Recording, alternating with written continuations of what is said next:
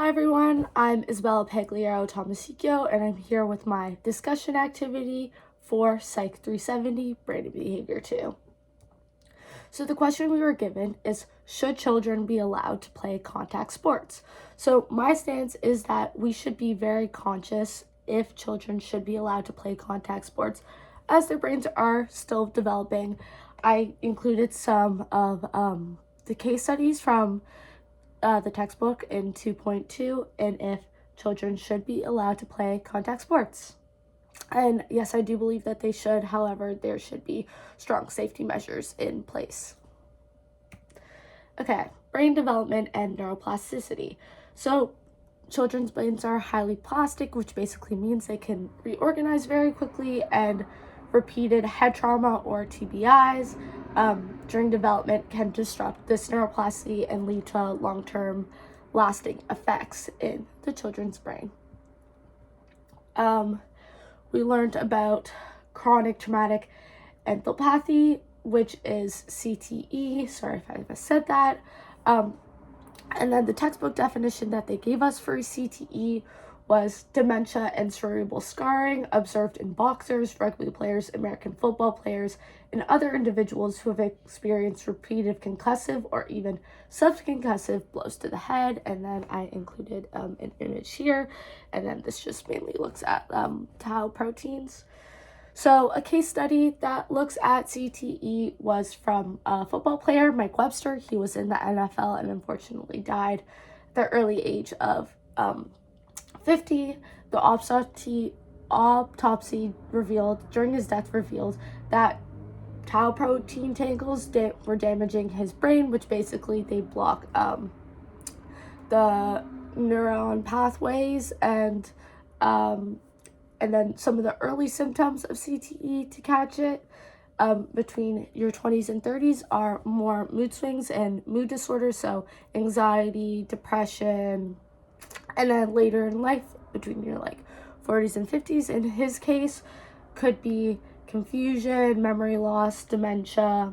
Yeah, and Mike Webster was one of the reasons why many NFL players and people that play contact sports have better safety measures and repercussions today. Yeah, so. And in Canada, another case study that was discussed during the lecture was Rowan Stringer, a 17-year-old rugby player from Ottawa who died in 2013 after sustaining 3 concussions in 6 days, which led to Rowan's Law in Canada. And Rowan's Law basically means that coaches and players under the age of 26 need to learn about concussions and subconcussive, so TBIs, we've also learned could be equally as bad for long-term effects. And then the slogan that I got for this says hit, stop, sit, which basically means after a head injury to come off the field and wait the proper time before returning back to the sport and putting your health above your competitive nature. And then here I have a slide for benefits versus the risks of contact sports. So there's many benefits for playing contact sports, as we know, can be health, it can be teamwork, it can be discipline, and it can be pretty good for your mental health. However, like some of the risks we said, it can be CTE, which can cause short-term and long-term damage, especially in children's brains as they are still developing, and TBI. So even if the symptoms aren't apparent right away, as we know from the cases like Mike Webster, they can develop later on in life.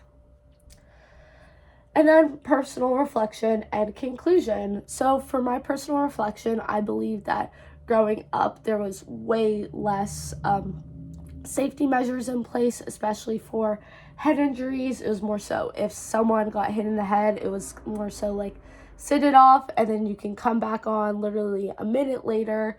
And yeah, they just didn't take it as seriously.